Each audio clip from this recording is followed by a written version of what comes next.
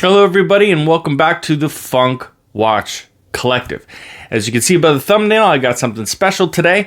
I have my Tudor Submariner, which we're going to be going over today. A little bit of history. I brought in a friend for some comparison. So we're going to have a look. Let's turn it around. Meet you at the table.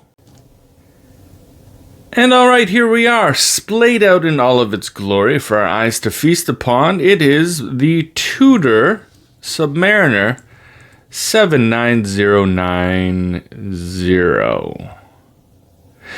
Yeah, so just recently picked up this watch, got a great deal on it from my buddy at Arnick, who I have talked about on this channel numerous times. I'll go ahead and put a link to his website in the description for you guys. So this is it. Beautiful piece. Super excited and happy about this. So yeah. So, few things about it. Acrylic crystal? Acrylic?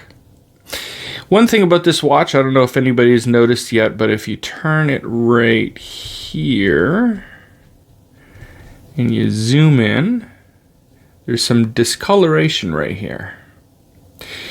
I believe the person that had it before me probably spilled some coffee or something on it. So the bidirectional, that's right, this goes both ways,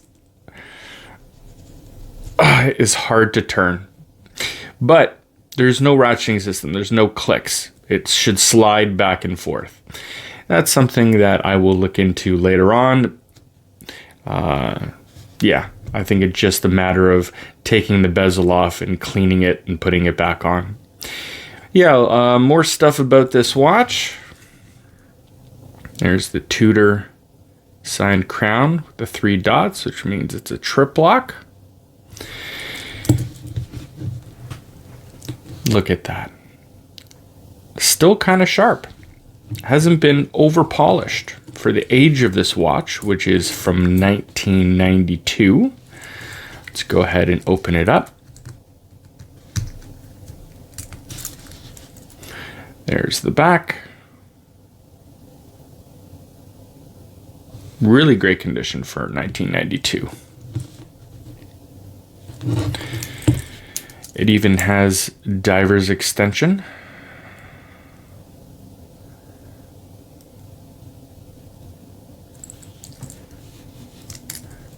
Let's access that. Give it a pull. That's even signed. Let's zoom out. I feel like we're too close to the watch. There we go. So yeah.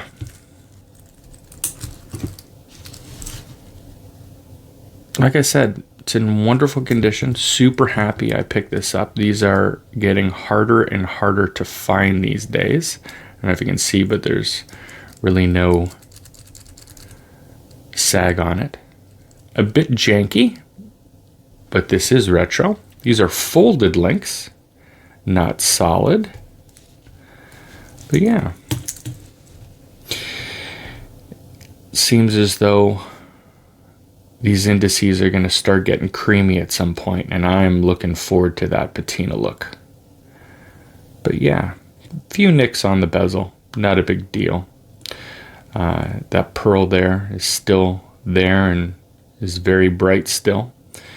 When I have this out in the sun, the only thing that really glows are the hands, the lollipop there, and the pearl on top. So yeah, let's bring this in as a comparison. And around the same, I believe this is 40, I believe this is a 39 and change. But yeah, pretty much the same watch. Now a little bit of history. Hans Willdorf, the founder of Rolex, rolled out the first Rolex Submariner, I believe, in 1953. And then the next year, 1954, rolled out the Tudor Submariner. Now, a lot of people say that this is an homage watch to this. The company back then was owned by the same person. He had more of a stake in Rolex than he did with Tudor. So the big boy company, everything rolled out new with that company first. So Hans Willdorf wanted to basically roll out a line of watches for the people that can't afford the Rolex brand and still wanted great quality. And that was the Tudor brand. So yeah, there's a little bit of history for you. But what I love about the Tudor Submariner is, as you saw on the back, the case is by Rolex. The bracelet is Rolex. Everything in this is Rolex except for, the Tudor. Nice little piece of trivia. A lot of people have these with Rolex crowns, Rolex signed clasps, and Rolex signed interclasp. So these all came from the same base, the manufacturer, the factory. So back then, the QC wasn't that stringent, so they were sending out Tudor Submariners with Rolex parts. So I thought that was an interesting piece of information. But yeah, these are two gems in my collection. I absolutely love both of them. This one I baby. As you can see, it is in absolute mint condition. No nicks, no scrapes, nothing crazy on it. I picked this up about a year ago now from a person who worn it a handful of times. Box and papers, absolutely babied. So now I baby it. But I've been thinking lately, and I'd like your opinion in the comments. I've been thinking about getting rid of the Rolex and keeping the Tudor, because hey, this is basically the same thing as this.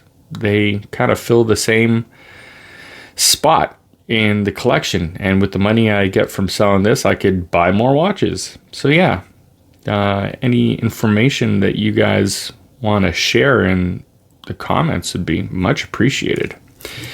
But yeah, I do love both these watches, but obviously since this is the new one in the collection, I've been wearing this the most. When I purchased this, I shared it with the wife, handed it to her, and I'm like, yeah, what do you think?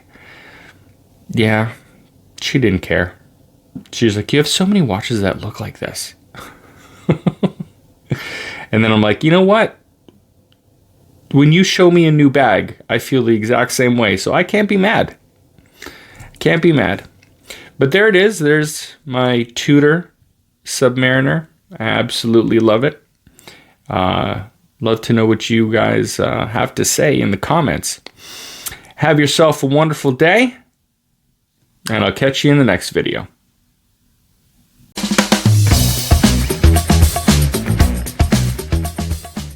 Bye-bye.